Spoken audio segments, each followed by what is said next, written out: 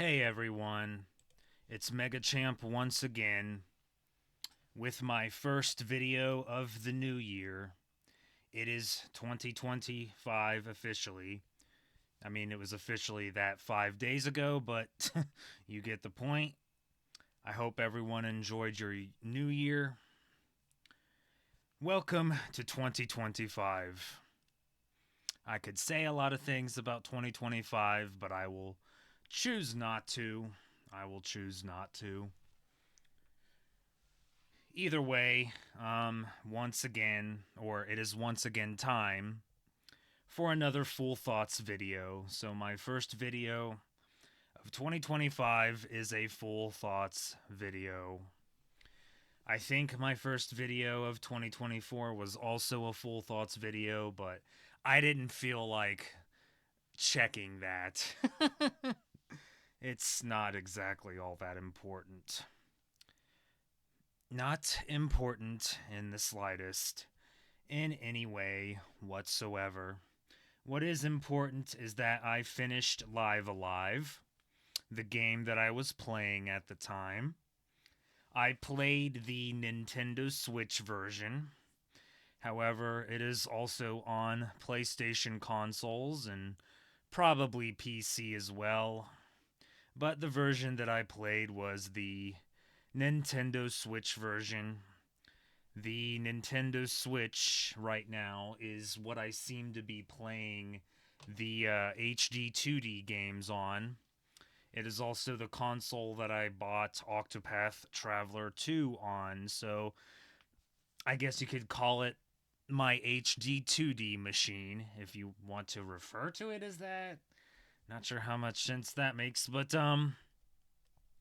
it's pretty much what I've been buying the HD 2D games on. No particular reason.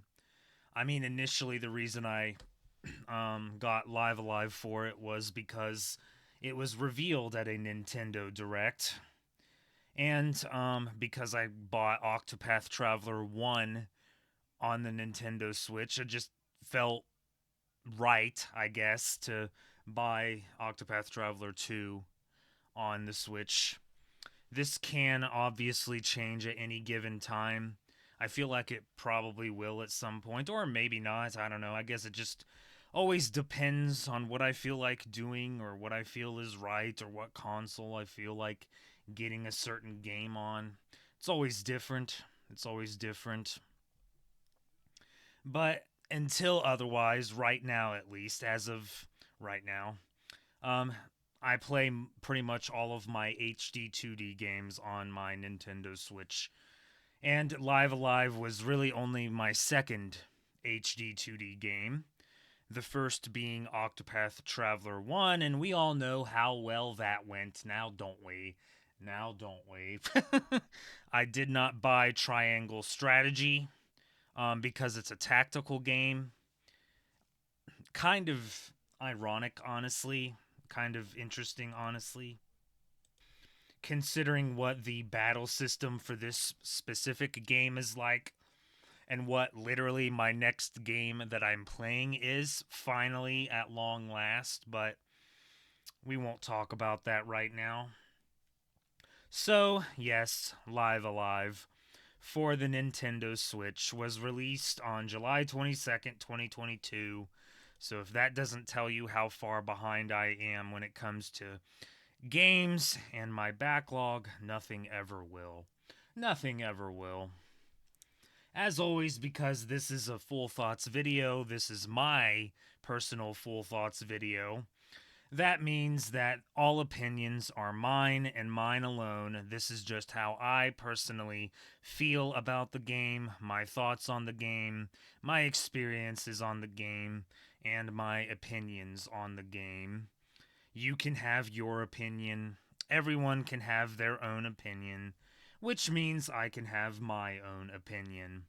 And also, as usual, as always, to the best of my ability, without giving spoilers, unless I feel like I can't talk about something without giving spoilers, I will do my best to give a brief summary of the story of the game, although there's like several, so it'll be very brief summaries.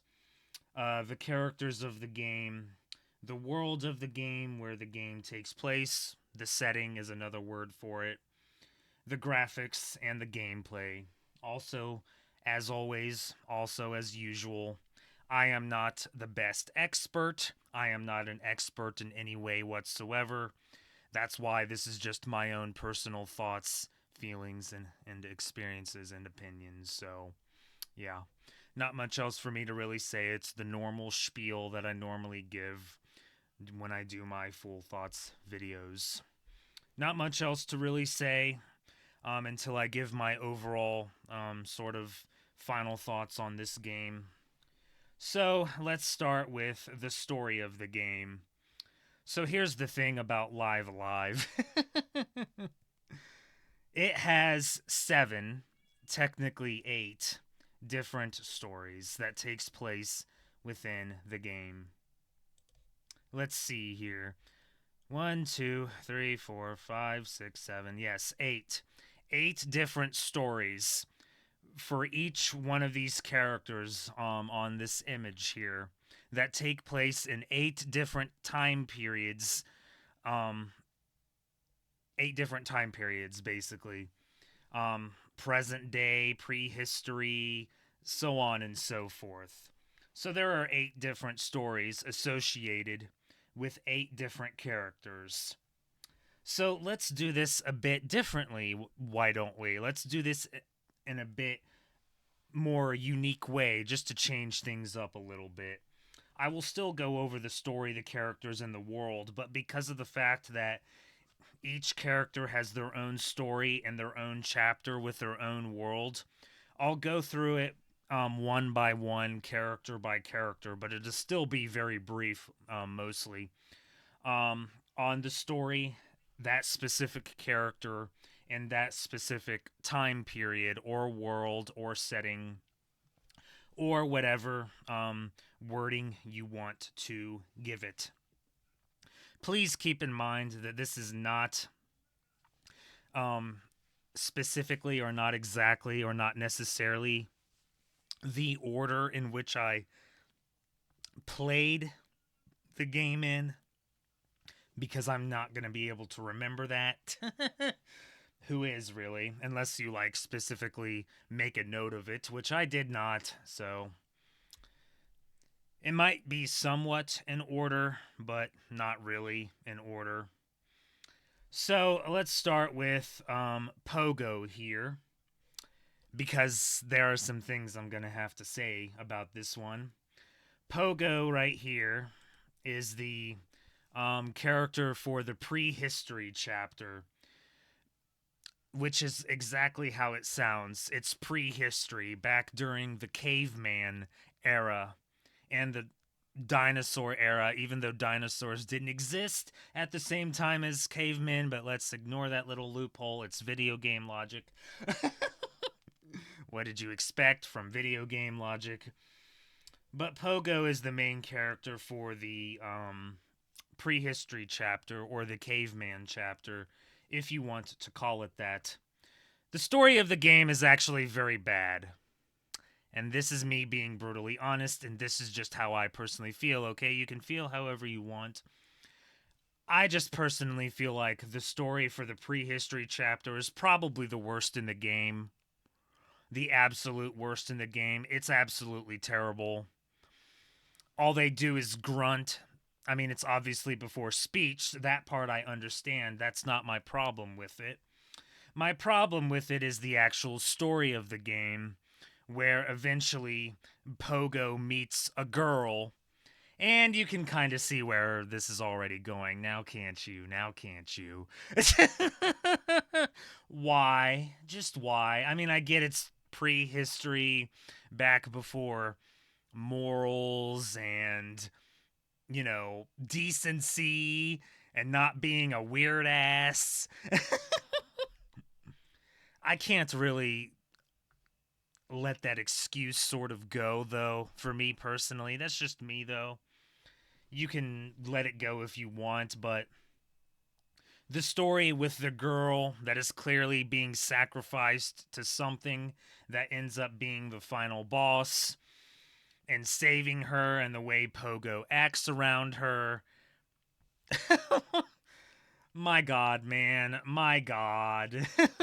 It's bad enough you have a lot of fan servicey animes that people just think are so great when they are not. But this is basically fan service in terms of video games. So the story's very bad. It's very, very bad. I don't like it. I mean, I got through it mostly because of the gameplay, which we will talk about here in a bit. Um, but for me, okay, just me, literally only me. The prehistory chapter is probably the worst one of the game.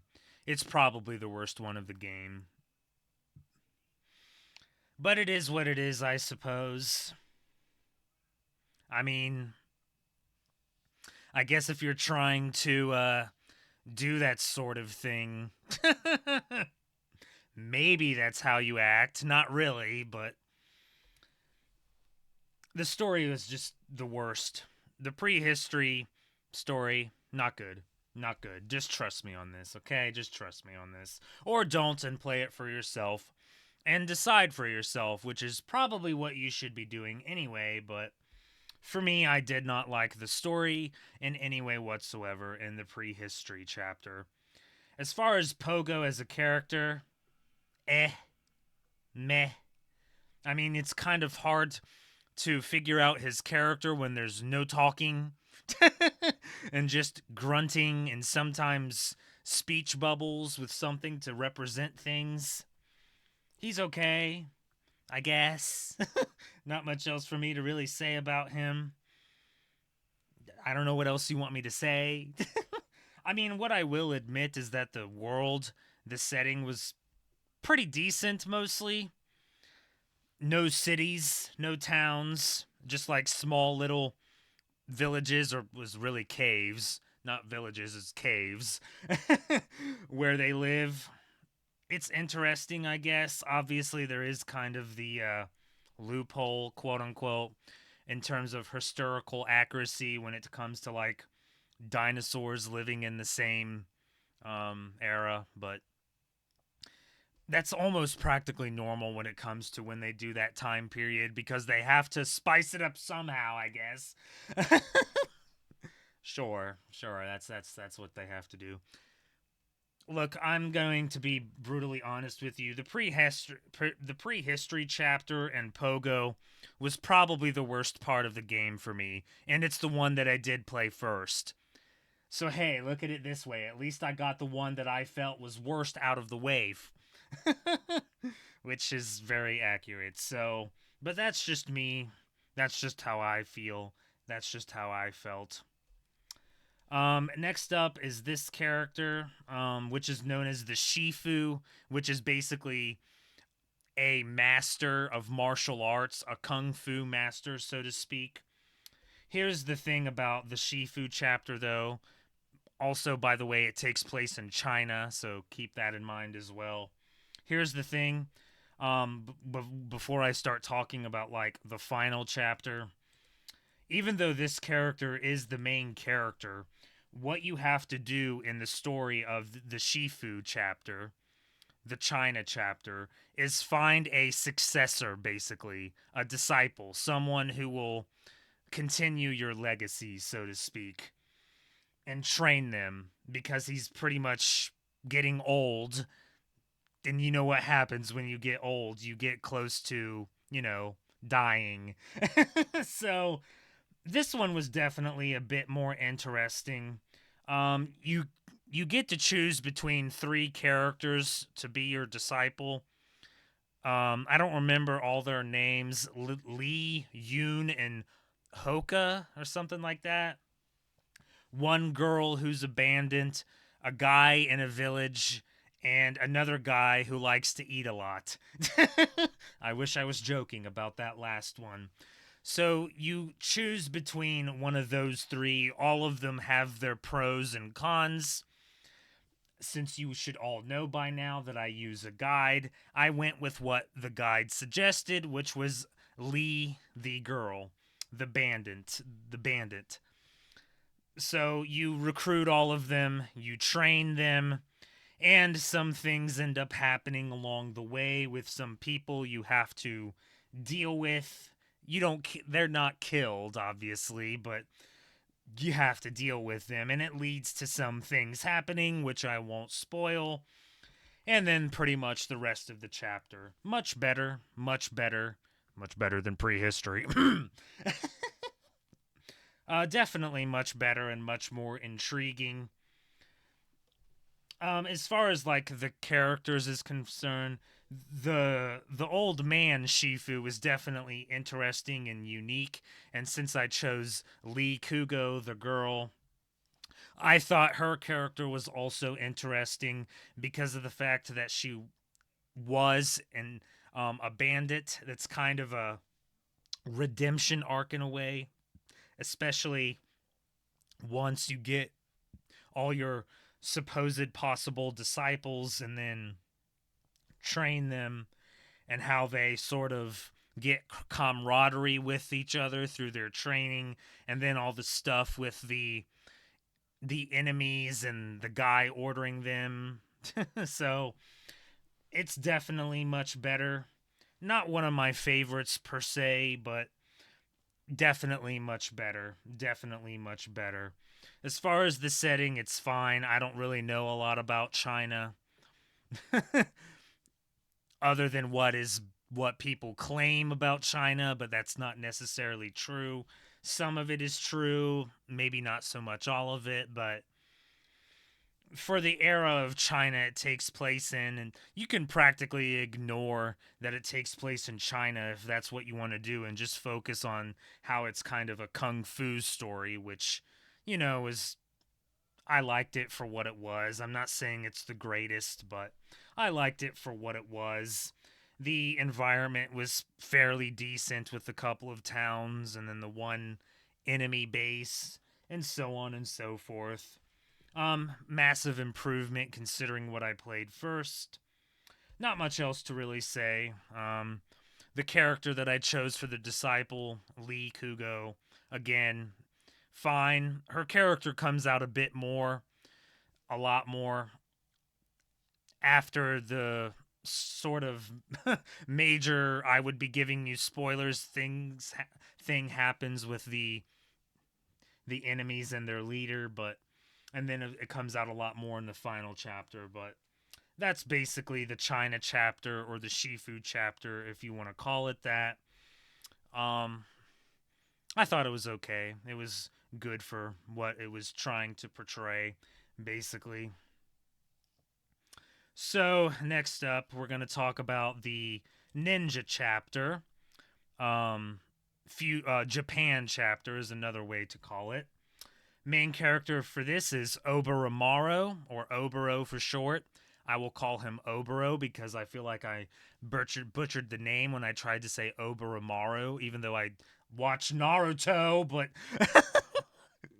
I still can butcher names. But Oboro is the character here. Okay, there's a lot of things. There's actually a couple of things I have to say about the ninja chapter. The first thing, which is the positive thing, is I really liked it. It was really unique, and it was a lot of fun, honestly, especially jumping around on top of rooftops. Love that. Love that. So good. So good. Is it because I like Naruto? I don't know, maybe, but it was still really good. It was still really good. As far as the story, not all that hard to figure out. Um, Occurs during the Bakamatsu era. If you're a Rurouni Kenshin fan, you'll know what that is. If not, just look it up. So it kind of takes place during that era when Kenshin was still a Batosai. I'm sorry, I'm trying to do my best to explain it, and unfortunately, the the guide that I was using also used this example. So I'm sure there are other better ways to. There might be better examples, but this is the example I'm going with. I'm sorry. Um, but during the warring states of Japan with ninjas and samurai and lots of killing with swords, so that stuff. Oboromaru is just like an up and coming ninja that is apparently has a lot of good skill, but there's like an evil lord. What did you expect? That he has to stop and also rescue someone who's been kidnapped and or captured. And this is where things get a little bit interesting. A little bit interesting. And it's not hard to figure out where a certain person who also now does the music for Pokemon games, unless he decides to stop doing that, I guess, and a certain well known and popular franchise got their ideas from. Not saying they stole them, just saying they got their ideas from it. And that's the fact that in the ninja chapter, you can go about it in two ways: killing everyone, genocide, or sparing everyone, or not killing everyone, pacifist. Do you see the comparison now? Yes, it's Undertale like. It's Undertale like. Now for me, and I'm not going to discuss this any further other than that, because it's going to make people angry anyway, and nothing I say afterwards to try to defend myself will fall on deaf ears because they'll turn into mental 5-year-olds. For me personally, Undertale was unbelievably underwhelming as far as I'm concerned. But the mechanics, the gameplay mechanics are still very unique. Still unbelievably unique. And is also done in the Deltarune games, which I did not play and probably will not play, because Undertale was massively underwhelming for me. But the point is, the mechanics of that, not having to kill the random enemies, or killing them if that's what you want to do, is still an unbelievably unique mechanic that not many other games do. There may not be any other games that do that. That's probably incorrect, but hopefully you get the point here. Hopefully you get the point here. When I played the Ninja chapter, I tried my best to do a pacifist run. In other words, not killing anyone. But unfortunately, I screwed it up. Here's the thing, though, okay? I'm going to let you in on something. Don't worry about it. Just trust me on this. And from the Discord friend that helped me out when I played this game. Don't worry about it. In Undertale, yes, you're treated differently from a pacifist run and a genocide run. In this game, you're not treated any differently in any way whatsoever.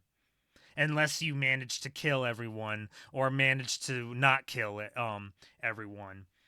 If you're like me and you screw it up and you end up killing 8 people, oh no. You're not treated any differently, okay? You're not. The only thing you miss out on is a weapon that you can get a better version of if you do an optional dungeon in the final chapter. So really it's meaningless. Really it's meaningless. But that's kind of my criticism, is how goddamn convoluted it is. How goddamn convoluted it is. I'm sorry. The Ninja chapter, although I like it and it is one of my favorites, okay? It's too goddamn convoluted, if I can talk properly. It's too goddamn convoluted. I'm sorry, it just is. Because you make one mistake, you are not forgiven in any way whatsoever. You're screwed out of your pacifist run, or your genocide run, for that matter. One stupid mistake. One mistake that should not make any difference in any way whatsoever. I'm sorry. You are given the middle finger. So that's my one criticism about the Ninja chapter. It's too convoluted. It is way too convoluted. Now, obviously, this game was back during the Super Nintendo days, where the original was from, that never got localized until the HD2D Switch remake. But that's not really a good enough excuse for me because they could have changed it. They could have changed it. They changed something in the prehistory chapter, just so you know. So they could have changed the ninja chapter. Yes, there would have been complaints, but there you wouldn't have heard this complaint from me. I can tell you that much. You wouldn't have heard this complaint from me. So the ninja chapter is too damn convoluted. But the rest of it's great. The rest of it's great. Loved everything else about it. It's just the convoluted nature of it that makes me kind of not like it as much. So if it wasn't as convoluted, it may have ended up being my favorite chapter. Oh well, it is what it is, I guess, but yeah. Next up is Wild West. You know, during the Gold Rush era, cowboys, shoot offs, standoffs with guns. the all those movies with John Wayne and Clint Eastwood, which I believe is what this is all based off of. Although I think my Discord friend who helped me with the game said it was more based off of the Clint Eastwood movies, but John Wayne still technically counts. Um, this character is the Sundown Kid, even though he doesn't look like a kid. He looks pretty old here, but that's what his name is, or Sundown for short. So we'll just call him Sundown since he doesn't look like a kid to me, but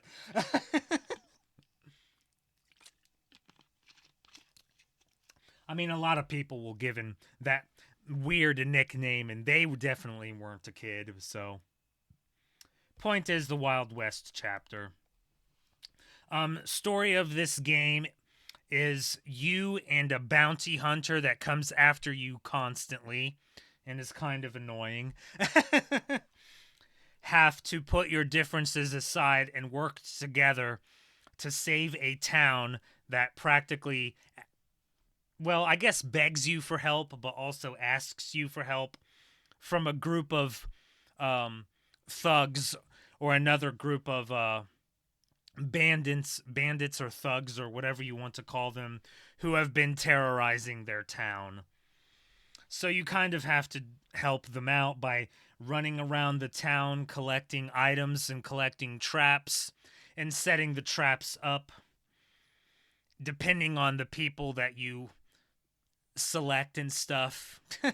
So it's actually a lot more complicated and convoluted than it sounds, but not as convoluted as the Obro chapter. I can tell you that much. Unless you try to do it without a guide, then yeah, it's a problem. But I was using a guide, so it wasn't a problem for me. Oops. This one is one of the shorter ones. I completed it in one sort of session or sitting, or however you want to put it. You have to collect everything and get everything set up before the eighth bell, as they refer to it as, sun up, sunrise, whatever. Because, that's when the cowboys do all their showdowns, I guess, or sundown, whatever. Hey, look, there's his name. I did kind of like this chapter. I mean, I've never been a fan of, like, Wild West movies or cowboy stuff. My dad was. I'm not. Everyone's different, but it was okay. Not much really to say about it. I did kind of feel like it was a little too short, although there is something that was much shorter. But I guess the point is that it accomplished what it needed to accomplish in the amount of time that it needed to accomplish it. But I guess that's all that's important. The Sundown character is kind of interesting. Some of the things you find out about him aren't really revealed until around the end, but it is kind of interesting to find out why he's a wanted outlaw. But yeah, the Wild West was okay. It was definitely unique and definitely interesting at times.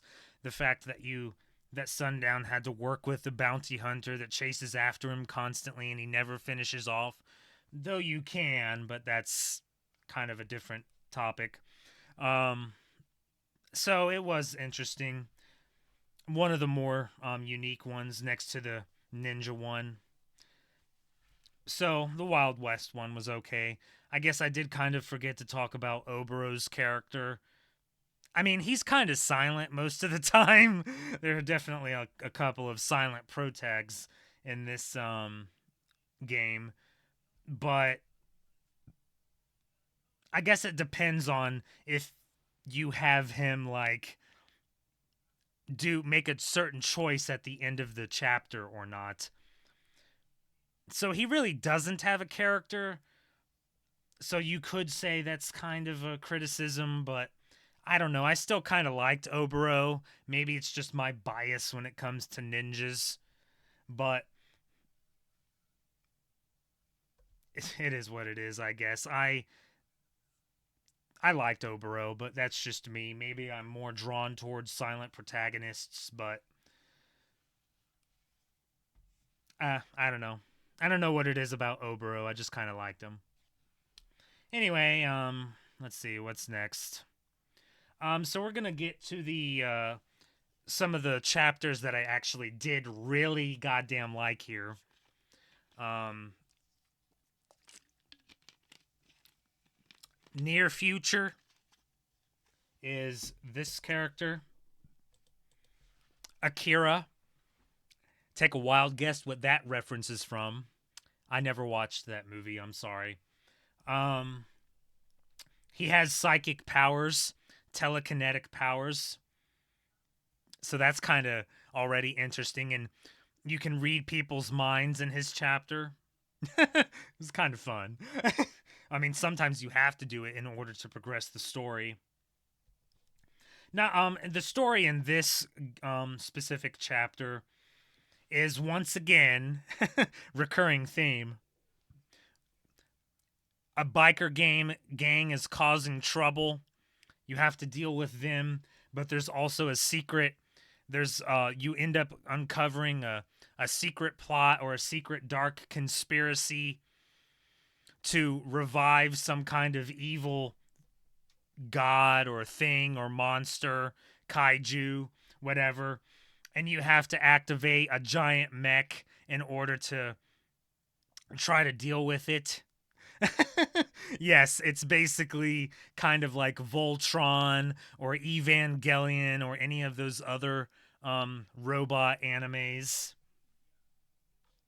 I actually really liked Near Future. The character of Akira is actually really great, from what happened to him as a child to who you end up finding out did it, to the literal turtle robot that you get as a party member. Massive thumbs up. Oh my god. Oh, I love Taraimo so much. I guess I just really like these robots, don't I? Astrobot, Taraimo, someone else we're going to talk about. I actually really liked the um, near future chapter. Very interesting, very good, very unique at times as well. Fun to do the battles, good battle theme, great battle theme, honestly. I just had a lot of fun, which is actually kind of contradictory for me because I never liked Gundam, any of the Gundam animes. I didn't start getting into mech animes until like Code Geass and Gun Sword and Evangelion and that stuff. So I came in very late. Well, I was going to say Gurren Lagann, but I personally think Gurren Lagann is overrated, but let's not get into that. um So it was quite the surprise that I ended up liking this as much as I did, because normally I don't really like mech stuff, but it wasn't like it was constantly mech stuff all the time, which is probably why I liked Code Geass and Gun Sword so much, is because it wasn't mech stuff constantly. So that was probably, so that definitely and obviously helped. It was just all of near future, honestly. I just really liked it. Really liked Akira as a character. Really liked his unique powers. I just really liked it. I did. I wish I could describe it better. I'm not good at describing things, in case you haven't figured that out already. But I really did like Akira in this chapter. It was probably my favorite chapter. It really was. So, love near future. Great, great, and more great. And the close second is distant future. Distant future with wonderful Cube here. Wonderful Cube. Best boy. Best boy. Best robot. Look at that cap. Okay, I'm done. I'm sorry. Anyway, Cube is great. Distant Future is actually technically a horror game. You heard what I just said. No battling until, like, the last battle. Oh yeah, there was another one I have to talk about, so I'll have to talk about that next. Um, but I've already started talking about Wonderful Cube, so I will continue because it's Cube. So it's basically kind of like an RPG horror that a lot of people started making with RPG Maker, IB, Witch's House, that stuff. Maybe they were inspired by this. I don't know. Probably not. But where you don't really do a lot of battling, you just do a lot of running around and talking to people until the monster shows up. Then you have to avoid the monster. It's kind of like Amnesia when I was watching the YouTubers play that when that was popular, their first game. I mean, when I watched Bunker, I thought that was pretty decent, but tangent, off topic. Point is, it's kind of like a horror game. Here's the thing, though.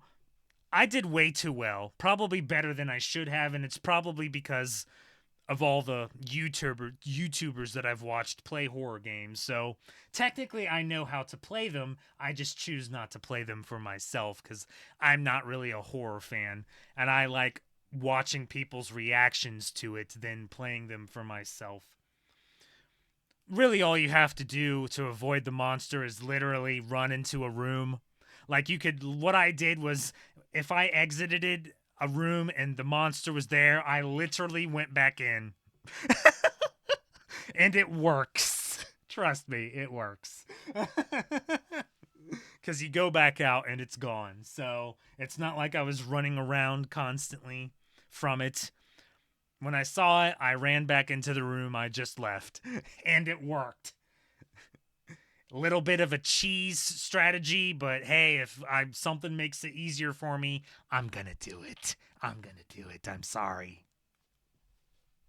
Story was interesting in Distant Future, turned into a mystery, an Ace Attorney like mystery, or a Danganronpa like mystery. Things escalated very quickly, let me tell you. Things escalated very quickly. As far as who was behind it all, well, let's just say that it's something that there is still a lot of fears of currently, and we'll leave it at that. See if you can figure it out for yourself from there. Distant Future was very unique. I don't like horror games, but I never got jump scared all that much. If I saw the monster, I just went back into the room I came out of. That solved the problem.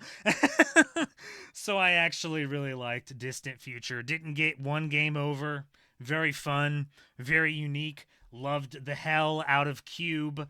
Best, more best. Him and Taraimo and Astrobots. I just love these robots when they're good.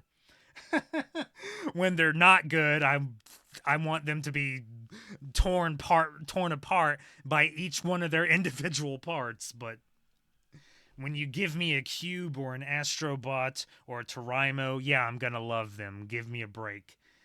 Give me a break. Cube, so good, so great. Love him to death. Can't praise him more. The spaceship setting was also very good. Clearly alien inspired. Again, I never watched those movies. My parents, I think, did, but I didn't. Other space movies, I guess, space horror movies like Alien, so, or just horror movies in general, I guess. So yeah, very close second to near future, distant future, very, very good. The last one is present day with Masaru Takahara. Still butchered that. I mean, the Japanese name of the Digimon Data Squad guy is technically Masaru. It's just Marcus in the English dub, but for Live Alive, it's Masaru Takahara, as I continue to butcher trying to say it. This is basically Street Fighter. It's basically Street Fighter, and literally Street Fighter. And also, the entire story is pretty much Street Fighter. Trying to be the best fighter, learning techniques from the other fighters, beating the other fighters. Unbelievably short, but at least it didn't overstay its welcome. Probably too short, if you're asking me. Way too short. It is what it is. Multiple different locales in this and this specific story wasn't just one. Like Mexico, Japan, America with a Hulk Hogan reference, which did not age well at all.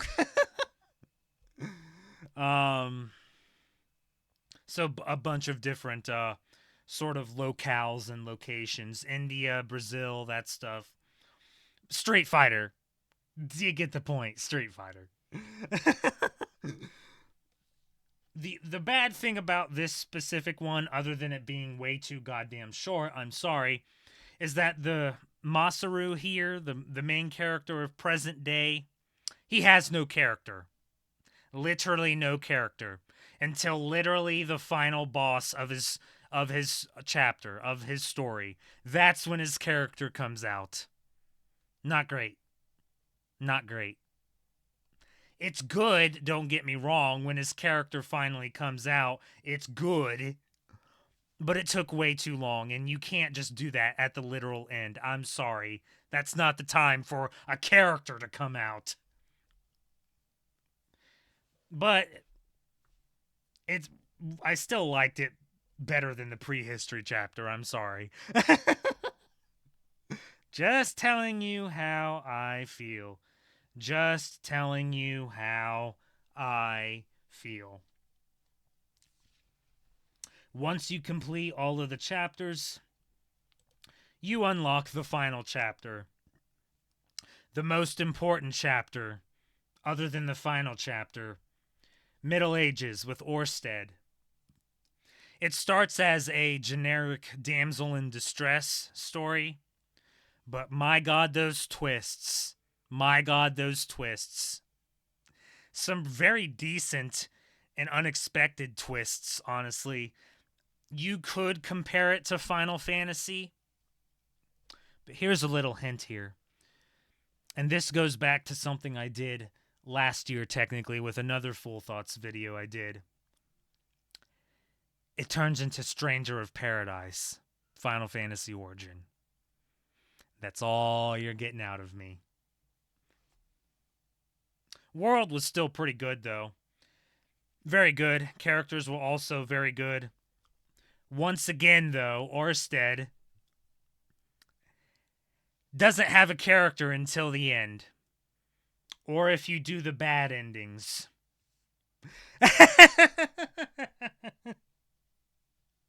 Oops. So there you go. Middle Ages was still pretty good. I wouldn't call it my favorite. That would be near future and distant future. Still good though. Very shocking and unexpected things ended up happening with the twists and what happens to Orsted. But yeah. Then of course is the final chapter when all of the characters get forced into one location to deal with the true evil. I'm not going to spoil anything. The only thing I'm going to say is, my God, that final boss. My God, that final boss. That absolute final boss. It made all of this worth it. That's all I'm going to say without massive spoilers. I did kind of spoil it a little there, so I apologize, but my God, that final boss. The shit that happens during the final boss, too. Oh my, it's so damn good. It's so damn good. I'm sorry. It just is. It's so damn good. So damn good. So damn good. That's all I'm going to say. It makes everything worth it. It really does. The final chapter and the final bosses and the absolute final boss, the stuff that happens in the battle against the literal final boss. I can't praise it more. I can't praise it more. I just wish I could say more, but I'd have to spoil it, and I don't want to do that because after the recommendation from a Discord friend, I want to, sort of also repay that back by also recommending it. So it's so damn good and so damn worth it. I'm just saying. Final chapter was a little bit bland, not much really going on. Took me too long since I did the optional stuff, but I wanted to play it safe.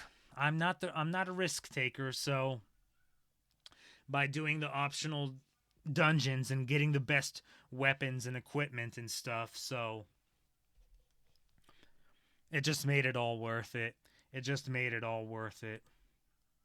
I've gone on for too long here. I'm sorry. You should be used to this at this point. You really should. I'll try to speed things along here since there's not much else to really say.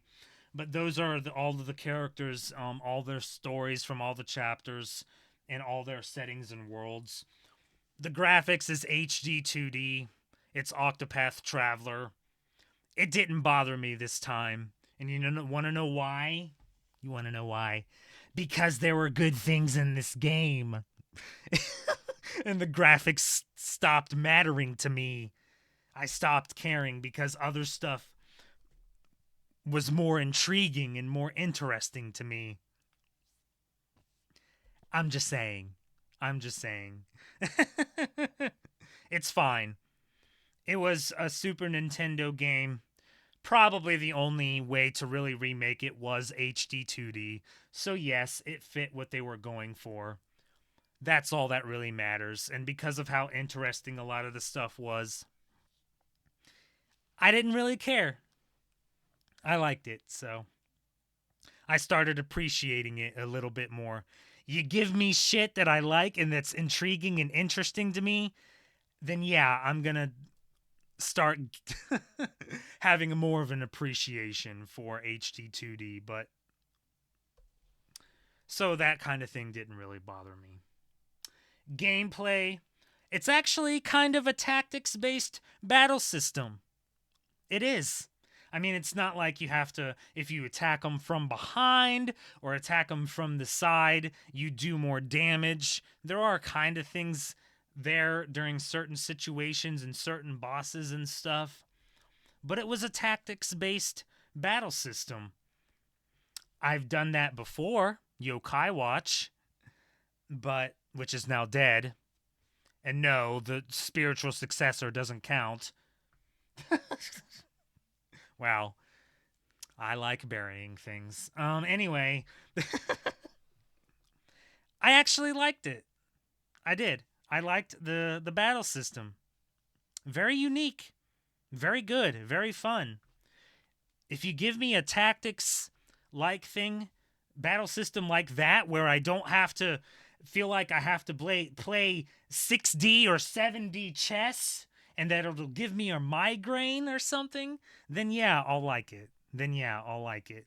It's why I don't play tactics games, because I feel like they're expecting me to play 6D or 7D chess. I'm just saying. I'm just saying. But that was not this gameplay. It was not this gameplay at all. At all. Lots of different variations of gameplay, time-based stuff, Street Fighter like thing, Undertale like thing, horror game like thing, some RPG like stuff. It was a lot of unique stuff, and I appreciated that. I really did. A lot of different experiences and different types of mechanics and gameplay, which I appreciated in this specific situation. I did. I really did. I liked the gameplay. I did. Shockingly. Don't have a heart attack. And I'm going to be brutally honest with you. Playing a game like this with that type of battle system, it's probably going to help me with the next game. It's probably going to help me with my next game. So there you go. The story of the game, stories of the game, the characters of the game, the world, the settings, the different time periods, the graphics and the gameplay. Showed it earlier. Here's your Metacritic score. I don't want to go for too much longer, so I'm going to try to speed through the rest of this so it doesn't end up being over an hour. Here's your Metacritic score. Mine is higher. Mine is higher. I tried to debate this. The game has problems. The game has problems. The story of prehistory is absolute shit. The ninja chapter is too convoluted. Some of the chapters, Wild Rest and Present Day, are too short.